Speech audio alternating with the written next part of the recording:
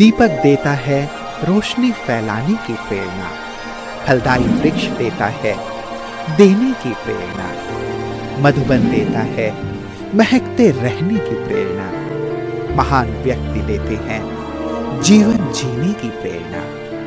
आओ प्रेरणा से दें हम सभी को प्रेरणा।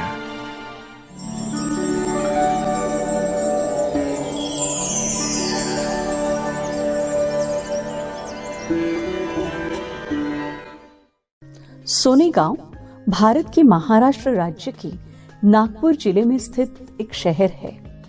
सोनेगांव ब्रह्मा कुमारी ईश्वरीय विश्वविद्यालय की मुख्य संचालिका है राजयोगिनी किरण दीदी जी। आपका जन्म 1975 में नागपुर के कटोल में हुआ।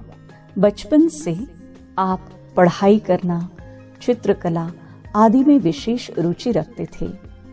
आप गंभीरता, रमणीकता आदि दिव्य गुणों से भरपूर आत्मा है।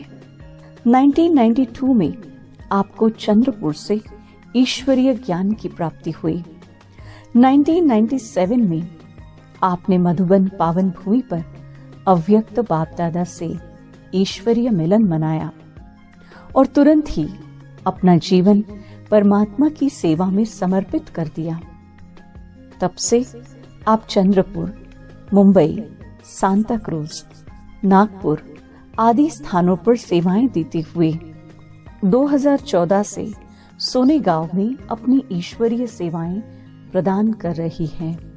जन जन को ईश्वरीय संदेश देते हुए आपने अनेक कार्यक्रमों का आयोजन किया। दीदी जी के नेतृत्व में 150 से अधिक विद्यार्थी ज्ञान योग से अपने जीवन को भरपूर कर रहे हैं।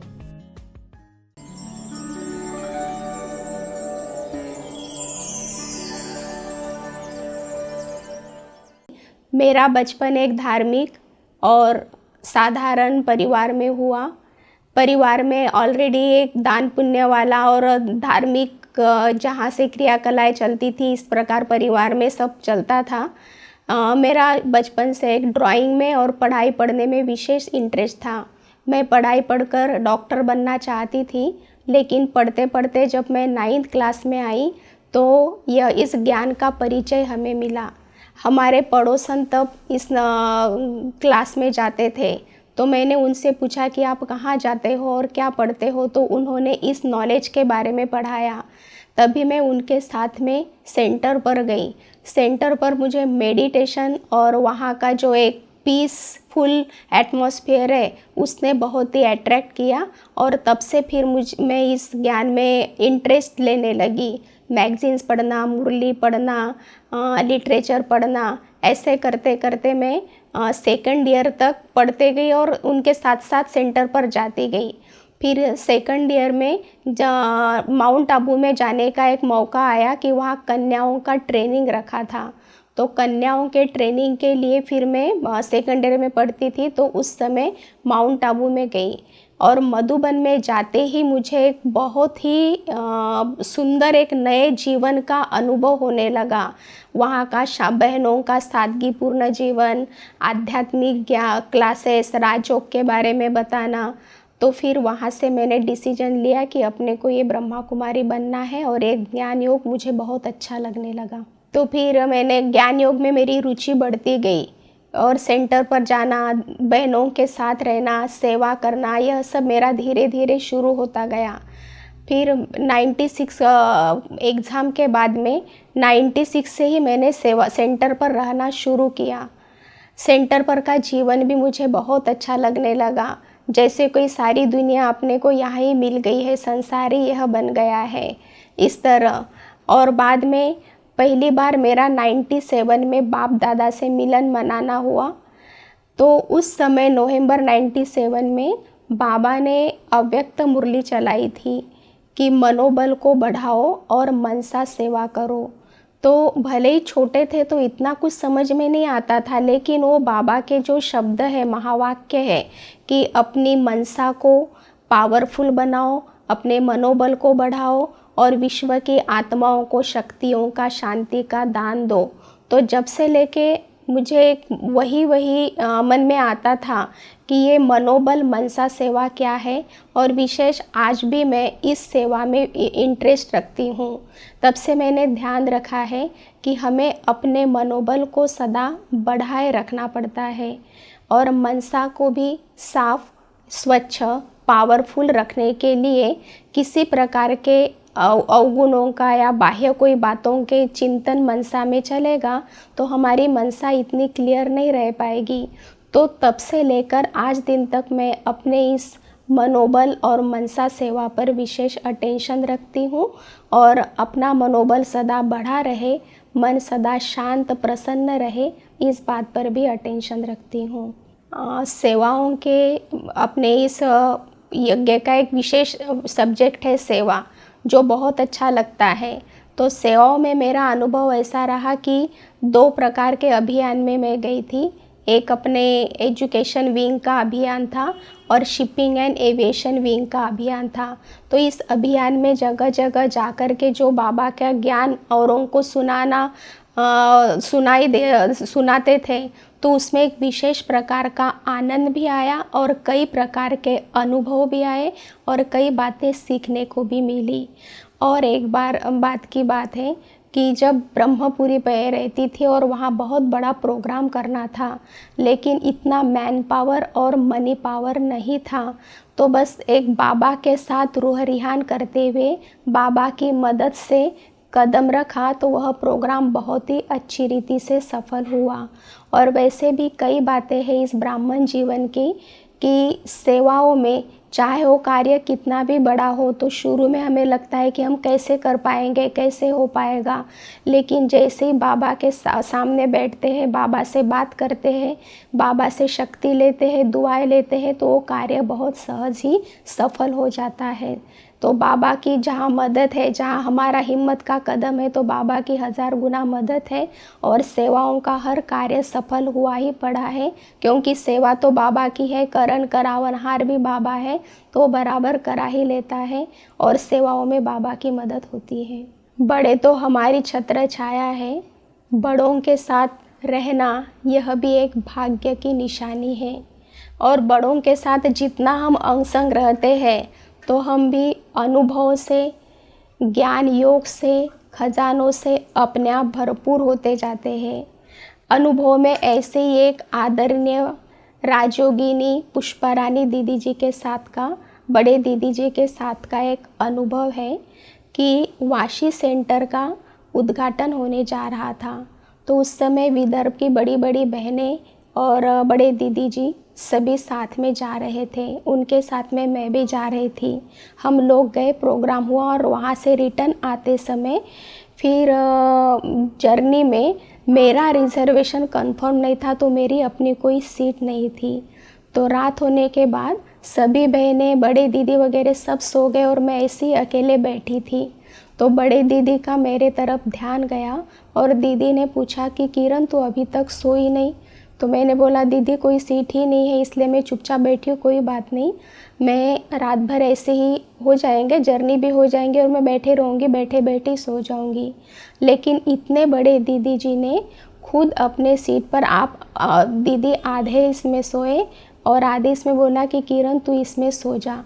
तो मैंने देखा कि बड़े दीदी वैसे भी एक ममता में और स्नेही मूर्त थे, लेकिन उनकी केयरिंग नेचर और हर एक के तरफ ध्यान देकर उनका केयर करना और उन्हें एक सुख सुविधा देने की तरफ उनका बहुत ज़्यादा ध्यान रहता था। वैसे भी जहाँ तक दीदी जी को देखा है, दीदी जी हर एक की रूहानी भी और जिस्मानी भी पालना बहुत अच्छे से करते थे। वो ऑलरेडी अपने आप में एक स्नेह की, ममता की, प्यार की, रूहानी प्यार की खान थी और सभी को अपनी उन लहरों में लहराती थी और लॉ का बैलेंस भी रखते हुए चलती थी।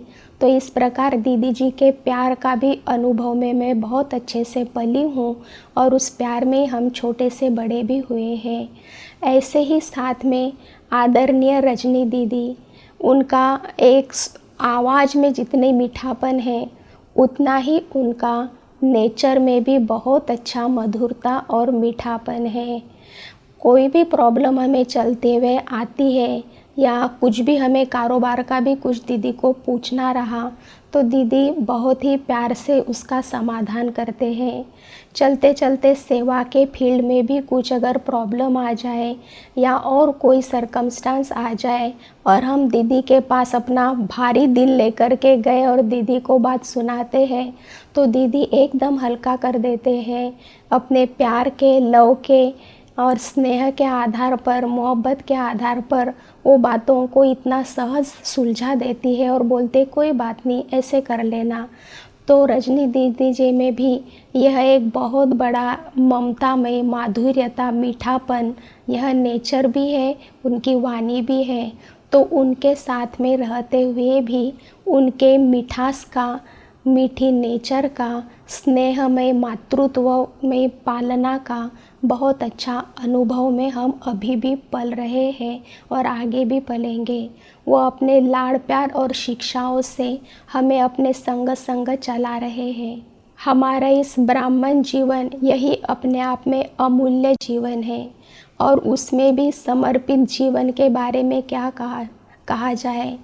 कहते हैं ना मराठी में, आनंद या जीवनाचा सुगंधा परी दळवळावा, अर्थात कि इस जीवन का इतना सुख है, इतना आनंद है कि वो सुगंध बन करके अपने आप चारों तरफ फैलते हैं, वो वाइब्रेशन।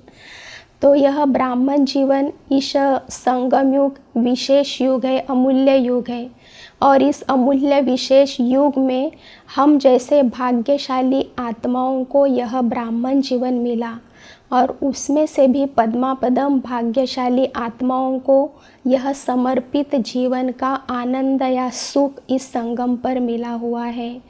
तो ये ब्राह्मण परिवार माना वैरायटी, सभी आत्माएं इस परिवार में आई हुई है और उसमें भी बाबा ने हमें जिस सीट पर रखा है बहुत ही एक ऊंची सीट है, क्योंकि यह भगवान का चैतन्य मंदिर, यह यज्ञ अर्थात सेंटर है और उसमें भी बाबा ने हमें अपने गुरु भाई के सीट पर, अपने आप समान बनाने के सीट पर बाबा ने रखा है। तो यह मैं अपना बहुत बड़ा भाग्य समझती हूँ और इस अपने भाग्य के महत्व को जानते हुए मैं अपने मनसा वाचा कर्मणा अपना आचरण रखती हूँ कि हमें भी बाप समान ही सभी की पालना करनी है। हमें बाबा ने उसके चैतन्य मंदिर में निमित्त बनाया है इन सभी आत्माओं की पालना करने के लिए। तो भले सामने वाली आत्मा कैसे भी स्वभाव संस्कार की रहे, कैसे भी वैरायटी संस्कार तो रहने हैं, क्योंकि ड्रामा भी वैरायटी इसका ही बना हुआ है और इसमें एक्टर्स भी वैरायटी है, तो सभी के नेचर्स एंड संस्कार भी वैरायटी रहेंगे ही। लेकिन हमें सभी को एक समान रूहानी स्नेह और प्यार की पालना देते हुए आगे बढ़ाना है। बाबा ने सभी में विशेषता देखी और अपना बनाया, तो हर कोई आत्मा में कोई ना कोई विशेषता ज़रूर है, चाहे वो उसके नेचर या संस्कार कैसे भी हो, पर कोई एक ना एक तो विशेषता है। तो मेरा भी ध्यान यही रहता है कि हमें उस आत्मा की विशेषता को देखना है और उनकी विशेषता को देखते हुए हमें उस विशेषता को सेवा में लगाना है, कार्य में लगाना है, सेवा को भी सफल करना है और उस आत्मा को भी हमें आगे बढ़ाना है और अपने इस ब्राह्मण परिवार के बगीचे की भी हमें बहुत अच्छे से संभाल करनी है। दूसरी बात है कि चलते चलते बहुत कुछ बातें होती है, क्योंकि यह जीवन की एक नदी या सरिता बहती ही रहती है। तो इस बहते हुए सरिता में कई सरकमस्टांस, प्रॉब्लम्स और कुछ बातें आती है, लेकिन बाबा हमेशा कहते हैं कि तुम्हें ना रुकना है, ना पीछे मुड़कर देखना है, लेकिन तुम्हारा ध्यान सदा अपने लक्ष्य के तरफ होना चाहिए और तुम्हें अपने लक्ष्य के प्रति जागरूक हो रह करके सामने देखना है। तो यही मेरा भी लक्ष्य रहता है कि मुझे सब बातों को फुल स्टॉप लगाते हुए आगे बढ़ना है। कोई भी बात आए उस बात को फुल स्टॉप लगाना है, तभी हम अपने सूक्ष्म खजानों का, गुणों का, शक्तियों का स्टॉक जमा कर सकेंगे और हमें अपनी शक्तियों का स्टॉक जमा करते हुए विश्व कल्याण की सेवा में भी अपना बहुत बड़ा योगदान सहयोग देना है। यह जो परमात्मा का कार्य धरती पर चल रहा है, इस कार्य के लिए हम भी बाबा के बहुत विशेष मददगार बच्चे हैं। और बाबा दाता है, वैसे हम भी दाता के बच्चे, मास्टर दाता है। तो मैं यह भी ध्यान रखती हूँ कि हमारा यह सेवाओं का सूक्ष्म और स्थूल लंगर सदा चलता रहे। कोई भी आत्मा जो भी हमारे सामने आती है वो कभी खाली हाथ न जाए। तो इसके लिए हमारे पास सूक्ष्म शक्तियों का, सूक्ष्म खजानों का स्टॉक भी चाहिए और हमें अपनी मनसा पर, वाचा पर, कर्म व्यवहार पर, संबंध संपर्क पर विशेष अटेंशन भी हमें रखना है। अटेंशन रखते हुए अपनी जो रूहानी पालना देकर हम इस बगीचे को सींच रहे हैं, उस पर भी ध्यान देना है कि मुझे हर आत्मा को आगे बढ़ाना है, उनमें शक्तियाँ भरनी है, उनके अंदर की अच्छी बातों को सेवा में लगाना है। तो यह हमारा सूक्ष्म और स्थूल सेवाओं का लंगर भी ऐसे ही चलता रहे। और यह सभी वैरायटी आत्माओं का जो सुंदर बगीचा बाबा ने दिया हुआ है, इस बगीचे को संभालते हुए मैं भी संतुष्ट रहना और संतुष्ट करना, इस बात पर भी अटेंशन रखती हूँ। क्योंकि संतुष्टता हमारा बहुत बड़ा एक गुण है और एक प्रोडक्ट भी है। क्योंकि जहाँ संतुष्टता रहेगी वहाँ ही प्रसन्नता रहेगी। जहाँ प्रसन्न रहेंगे तो हम खुद प्रसन्न रहेंगे, तब हम औरों को भी प्रसन्न कर सकेंगे। और लोग देवी देवताओं के पास इसीलिए आते हैं कि कहते हैं देवी प्रसन्न भव, हे देव प्रसन्न भव। तो अर्थात ही हमें औरों को भी प्रसन्नता देनी है, उसके लिए हमें इस संतुष्टता पर भी ध्यान रखना है, तभी हम खुद प्रसन्न रह के औरों को भी दे सकेंगे। और इसके लिए एक धारणा है, इच्छा मात्रम अविद्या, कि सचमुच हमको जो चाहिए था, जो मिलना था, वो स्वयं भगवान अपने सर्व खजानों सहित मिल गया है।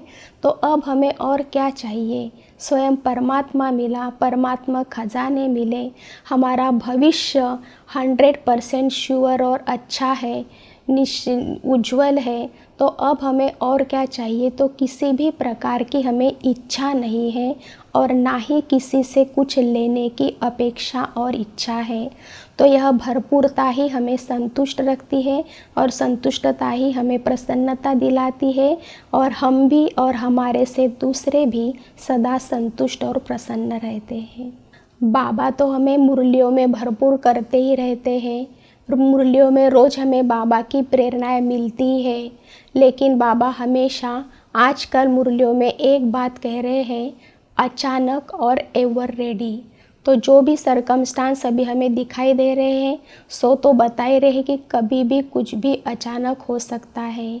इसके लिए हमें बाबा की सूक्ष्म प्रेरणाओं को कैच करने के लिए अभी अपने बुद्धि को कहीं और उलझाना और भटकाना नहीं है, लेकिन अपने बुद्धि की लाइन क्लीन और क्लियर रखनी है। क्योंकि आने वाले समय में, और वैसे भी हमें बाबा तो प्रेरित कर समझाते ही है कि ना सुख सुविधा साधन कुछ भी काम में आने वाला नहीं है, लेकिन एक हमारी योग युक्त अवस्था, हमारी स्थिति, यही हमारी प्रॉपर्टी है और यही हमारे अंत में काम में आएगी।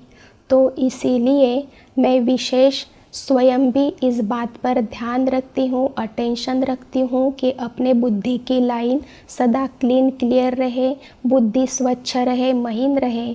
और मेरा सभी ब्राह्मण परिवार और आत्माओं के लिए यही संदेश है कि भले हम लौकिक अलौकिक में रहते हैं, दोनों बातों का बैलेंस ब्राह्मण परिवार को रखना पड़ता है, लेकिन बैलेंस रखते हुए बाबा की और सर्व की दुआएं लेकर, ब्लेसिंग लेकर हमें चलना है। और अपना ध्यान सदा बाबा, बाबा के महावाक्यों पर लगा रहे। अपने बुद्धि को अभी बाह्य मुक्ता में या कई उलझनों में उलझाने का समय नहीं है, लेकिन सब तरफ से हमें अपने आप को समेटकर एक बाबा में हमें अपने बुद्धि को लगाना है। तभी हम बाबा की सूक्ष्म प्रेरणाओं को और टचिंग को कैच कर सकेंगे और अपनी सूक्ष्म स्थिति को भी पावरफुल बनाकर मनसा सेवा में या बाबा के कार्य में बहुत अच्छे से मददगार रह सकेंगे।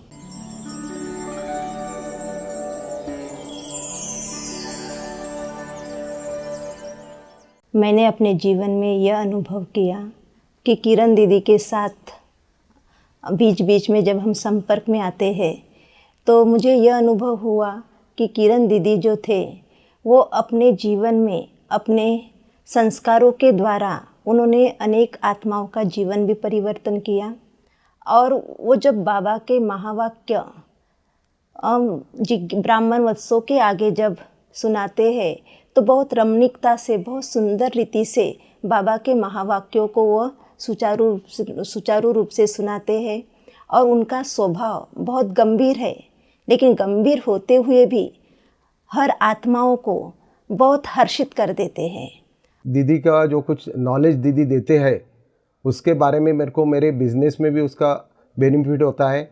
जैसा कि मैं आत्मा हूँ, मैं जब यहाँ आया तभी मेरे को समझ में आया कि आत्मा और मन बुद्धि इसमें क्या विशेषताएं है, वो मैं यही आने के बाद जाना हूँ। अब बिज़नेस में चढ़ उतार चलते ही रहते हैं, लेकिन जब से दीदी के संपर्क में आया तो मेरे को बिज़नेस में कभी कुछ उतार भी आया, कुछ नुकसान भी हुआ तो उसका कुछ फीलिंग नहीं होता है, या कभी कुछ ज़्यादा प्रॉफिट आया तो उससे ज़्यादा उल्लासित भी नहीं होता हूँ।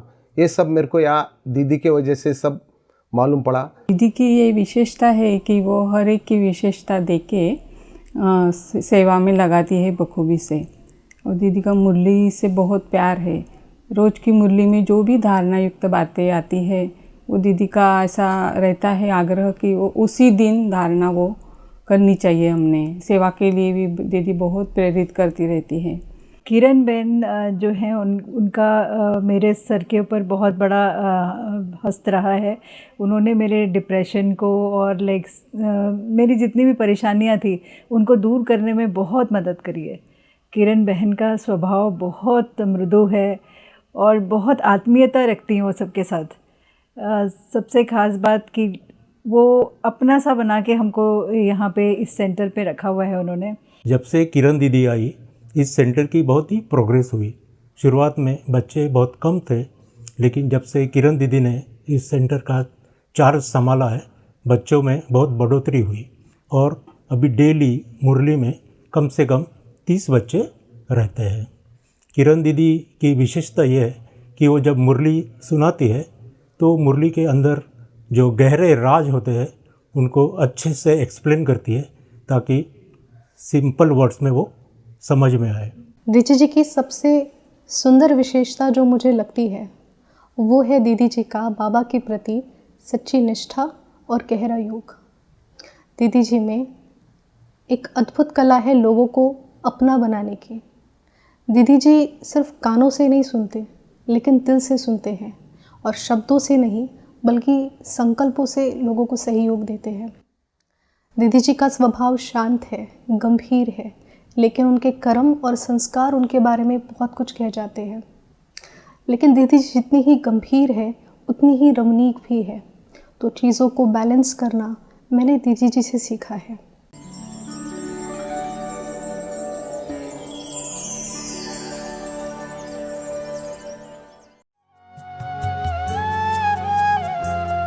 प्रभु साथ है,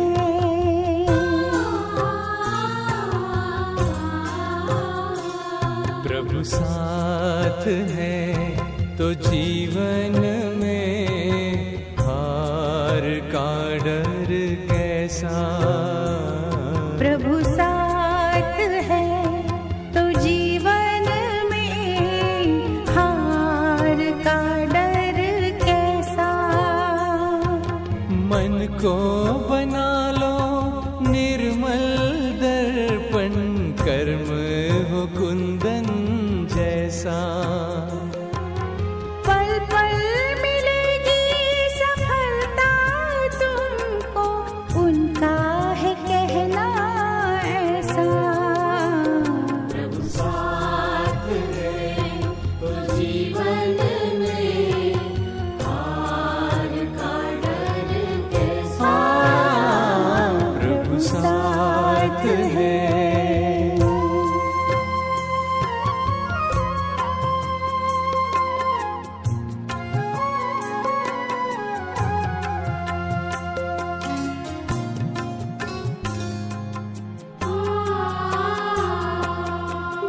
झर झरना पर्वत से बहकर नदियाँ बन जाती हैं। झर झर झरना पर्वत से बहकर नदियाँ बन जाती हैं। बहती हुई सुहानी पवन ये सांसें बन जाती हैं। त्याग ही सबको बना